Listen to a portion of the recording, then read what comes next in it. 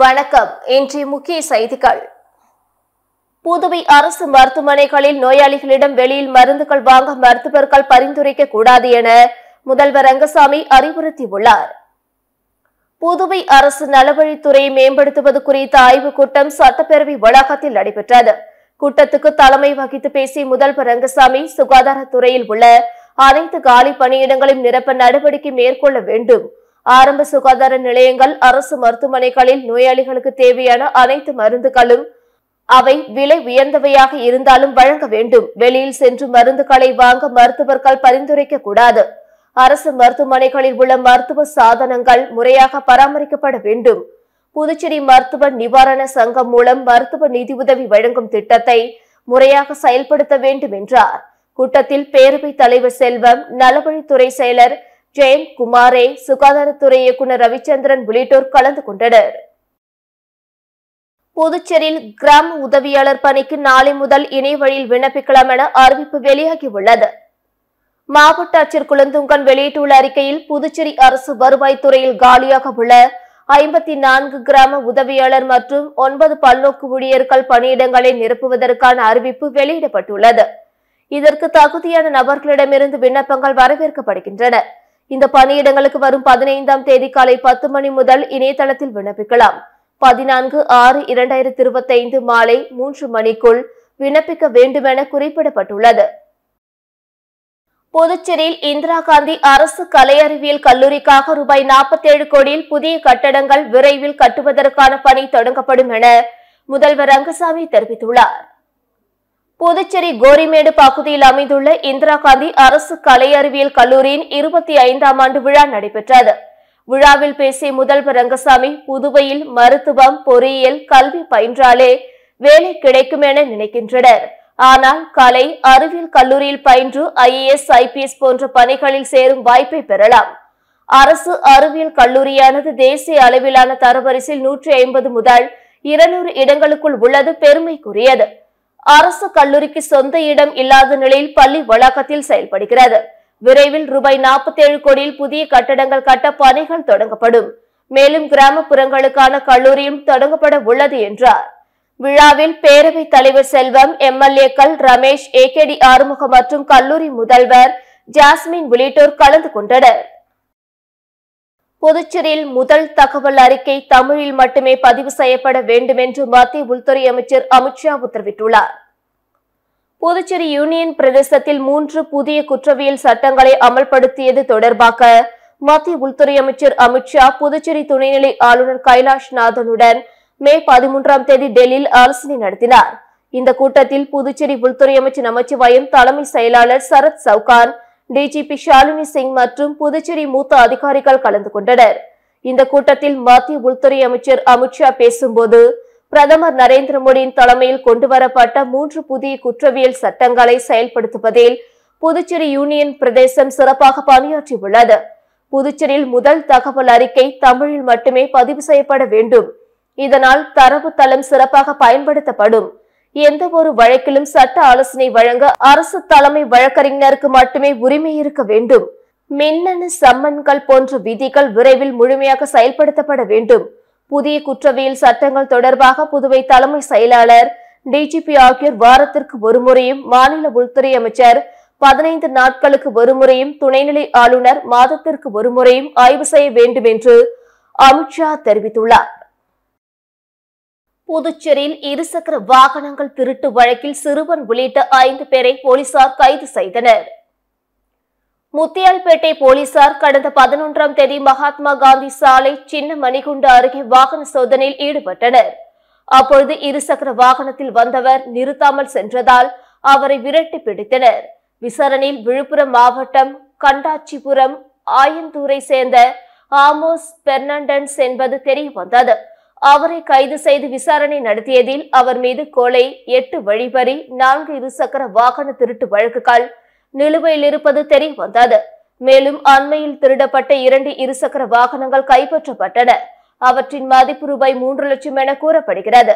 திருபுடை பகுதியில் கடந்த ஏப்ரலில் இருசக்கர வாகனம் திருடப்பட்டது தொடர்பாக போலீசார் விசாரணை நடத்தி வந்தனர்.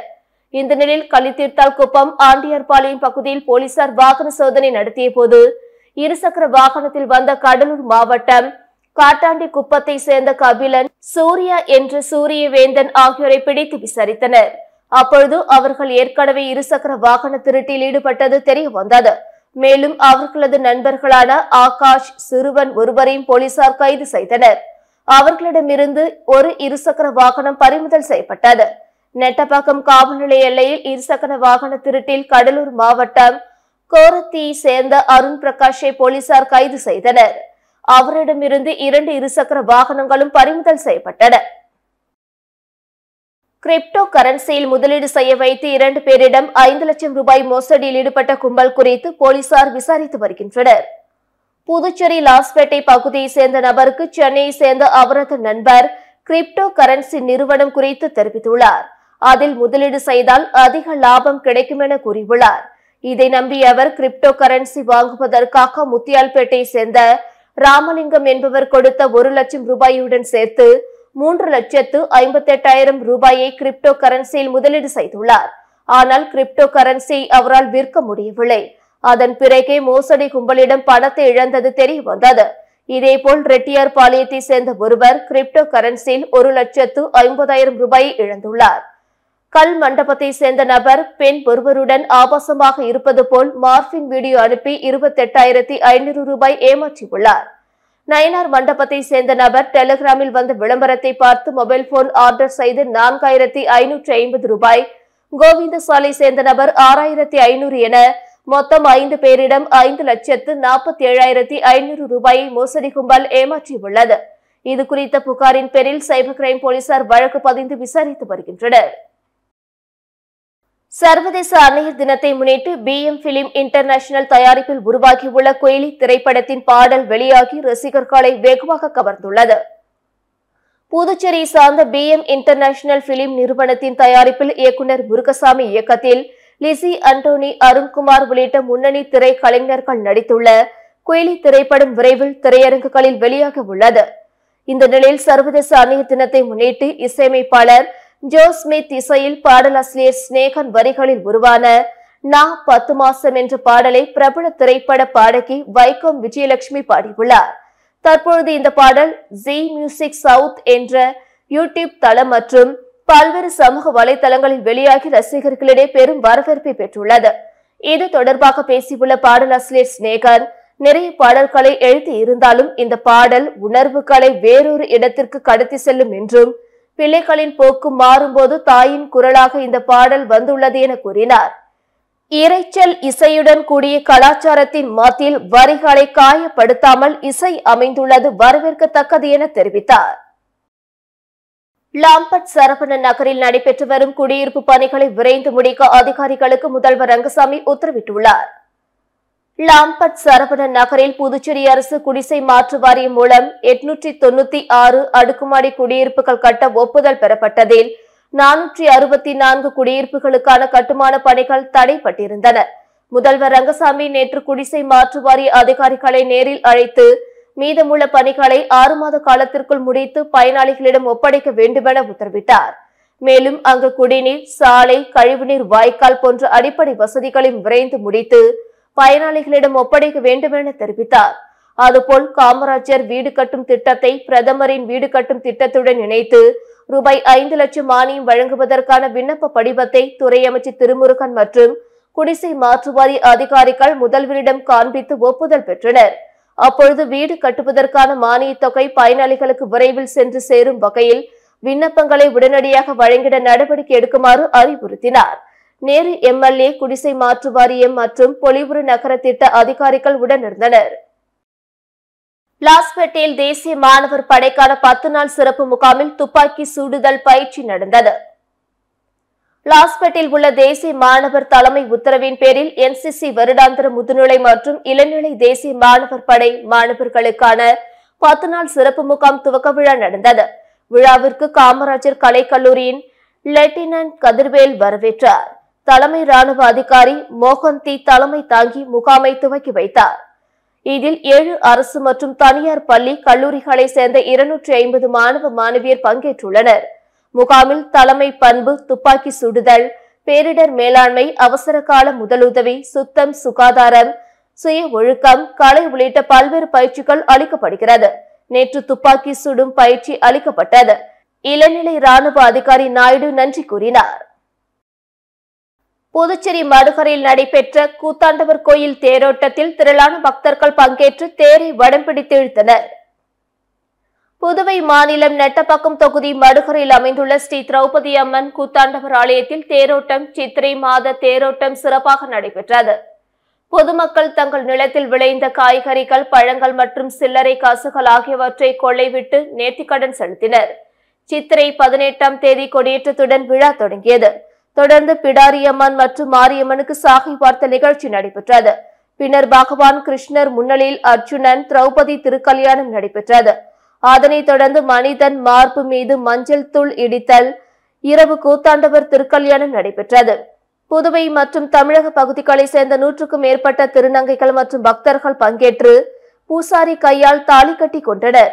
இரவு ஜோடிக்கப்பட்ட வாகனத்தில் விநாயகர், கிருஷ்ணர், மாரியம்மன், பிடாரியம்மன், அர்ஜுனன், திரௌபதி அம்மன் கூத்தாண்டவர் வீதி உலா நடைபெற்றது.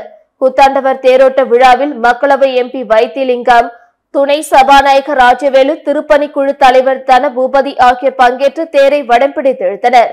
தேரானது முக்கிய மாட வீதிகள் வழியாக சென்று சன்னதியை அடைந்தது. விழாவிற்கான ஏற்பாடுகளை கோவில் விழா குழுவினர் மற்றும் பொதுமக்கள் செய்திருந்தனர். பிள்ளையார்குப்பம் கூத்தாண்டவர் கோவிலில் நடைபெற்ற தேர் திருவிழாவில் திரளான பக்தர்கள் கலந்து கொண்டு சாமி தரிசனம் செய்தனர். புதுச்சேரி மாநிலம் வில்லியனூர் கொம்யூன் பிள்ளையார்குப்பம் கூத்தாண்டவர் கோவில் திருவிழாவின் கொடியேற்றும் நிகழ்ச்சி சித்திரை மாதத்தில் நடைபெறுவது வழக்கம். அதனை முன்னிட்டு கடந்த 6ஆம் தேதி கிராம மக்களின் கொடியேற்றம் நிகழ்ச்சி நடைபெற்றது. முன்னதாக ஸ்ரீ மீனாட்சி அம்மன் ஆராதனை, சாகை வார்த்தல், ஊரணி பொங்கல் படைத்தல் ஆகிய நிகழ்ச்சிகளும், அதனைத் தொடர்ந்து ஸ்ரீ கூத்தாண்டவர் சுவாமி ஆலயத்தில் கிராம மக்களின் கொடியேற்றும் நிகழ்ச்சி நடைபெற்றது. திருவிழாவின் ஒரு பகுதியாக நேற்று செவ்வாய்க்கிழமை அன்று கூத்தாண்டவர் சுவாமிக்கு திருக்கல்யாணம், பக்தர்களுக்கு தாலி கட்டும் நிகழ்ச்சி மற்றும் சுவாமி சிறப்பலங்காரத்தில் திருவீதி உலாவும் திருக்கல்யாணத்தை தொடர்ந்து இன்று ஸ்ரீ கூத்தாண்டவர் சுவாமி திருத்தேர் வீதி உலா நடைபெற்றது. இதில் அமைச்சர் சரவணன்குமார் கலந்து கொண்டு தேரை வடம் பிடித்தெழுத்து நிகழ்ச்சியை தொடங்கி வைத்தார். முன்னதாக அமைச்சர் சரவணன்குமாருக்கு ஆலயத்தில் பரிவட்டம் கட்டி மரியாதை செய்யப்பட்டது. மேலும் தேர் திருவிழாவில் டெப்டி கலெக்டர் குமரன், ஆதி திராவிட நலத்துறை இயக்குநர் சாய் இளங்கோவன் ஆகியோர் தேர் திருவிழாவில் கலந்து கொண்டு சுவாமி தரிசனம் செய்தனர். மேலும் தேர் திருவிழாவில் சுற்றுவட்டார பகுதிகளை சார்ந்த 100கணக்கான பக்தர்கள் கலந்து கொண்டு விழாவினை சிறப்பித்தனர். மேலும் மே 29ஆம் தேதி படுகளம் எழுப்புதல் நிகழ்ச்சி நடைபெறுகிறது. திருவிழாவில் திருநங்கைகள் தாலி கட்டிக்கொள்ளும் நிகழ்வும் இடம்பெறுகிறது. நிகழ்ச்சிக்கான ஏற்பாட்டினை கோவில் நிர்வாக அதிகாரி மற்றும் பிள்ளையார்குப்பம் கிராம பொதுமக்கள் மற்றும் இளைஞர்கள் வெகு சிறப்பான முறையில் செய்து வருகின்றனர். புதுச்சேரியில் அரசின் சார்பில் புள்ளி விவர தொகுப்புகள் அடங்கிய கையேட்டை முதல்வர் ரங்கசாமி வெளியிட்டார். புதுவை அரசு சார்பில் பொருளாதாரம் புள்ளி விவர இயக்ககம் சார்பில் புள்ளி விவர தொகுப்புகள் அடங்கிய கையேடு வெளியிடப்பட்டு வருகின்றன. அதன்படி புதுச்சேரி ஒரு பார்வை 2024 எனும் தொகுப்பு கையேடு பேரவை வளாகத்தில் வெளியிடப்பட்டது. கையேட்டை முதல்வர் ரங்கசாமி வெளியிட்டார். அதனை பேரவைத் தலைவர் செல்வம், அமைச்சர்கள் லட்சுமி நாராயணன், திருமுருகன் மற்றும் அரசு செயலர் சுந்தரேசன் உள்ளிட்டோர் பெற்றுக் கொண்டனர். நிகழ்ச்சியில் புதுவை மத்திய பல்கலைக்கழக துணைவேந்தர் பிரகாஷ் பாபு, இயக்குனர் தரணி கரசு, துறைகளின் இயக்குனர் ரத்னகோஷ் கிஷோர் சௌரே ஆகியோரும் பங்கேற்று கையேட்டை பெற்றுக் கொண்டனர். கையேட்டில் புதுவை குறித்த அண்மை கால தகவல்களும் வளர்ச்சிக்கான ஒப்பீட்டு புள்ளி விவரங்களும் இடம்பெற்றுள்ளன. புதுவையின் சமூக பொருளாதார நிலை குறித்த வெளிப்படை தன்மை, தகவல் அறிதல் குறித்த பொது விழிப்புணர்வை ஏற்படுத்தும் வகையில் கையேடு வெளியிடப்பட்டுள்ளதாக அதிகாரிகள் தெரிவித்தனர். திருபுவனை விவசாயிகள் சேவை கூட்டுறவு சங்க அதிகாரிகளை கண்டித்து CPM கட்சி சார்பில் கண்டன ஆர்ப்பாட்டம் நடைபெற்றது. Mannadipattu commune committee, Marxist communist சார்பில் பல்வேறு கோரிக்கைகளை வலியுறுத்தி கண்டன ஆர்ப்பாட்டம் நடந்தது. தட்டாஞ்சாவடி கூட்டுறவு பதிவாளர் அலுவலகம் எதிரே நடந்த ஆர்ப்பாட்டத்திற்கு கிளை செயலாளர் பாரதி தலைமை தாங்கினார். மாநில செயலாளர் ராஜாங்கம் கண்டன உரையாற்றினார். கொம்யூன் செயலாளர் அன்புமணி, மாநில குழு சங்கர் உள்ளிட்டோர் கலந்து கொண்டனர். ஆர்ப்பாட்டத்தில் திருபுவனை விவசாயிகள் சேவை கூட்டுறவு சங்கத்தில் வைக்கப்பட்டு முதிர்வடைந்த நிரந்தர வைப்பு தொகையை உடனடியாக திரும்ப வழங்க வேண்டும், கூட்டுறவு சங்கத்தில் பணியாற்றும் மேலாளர் உள்ளிட்ட அலுவலர்கள் மீதான ஊழல் புகார் மீது அரசு நடவடிக்கை எடுக்க வேண்டும் உள்ளிட்ட பல்வேறு கோரிக்கைகள் வலியுறுத்தப்பட்டன. இத்துடன் செய்திகள் நிறைவடைந்தன. வணக்கம்.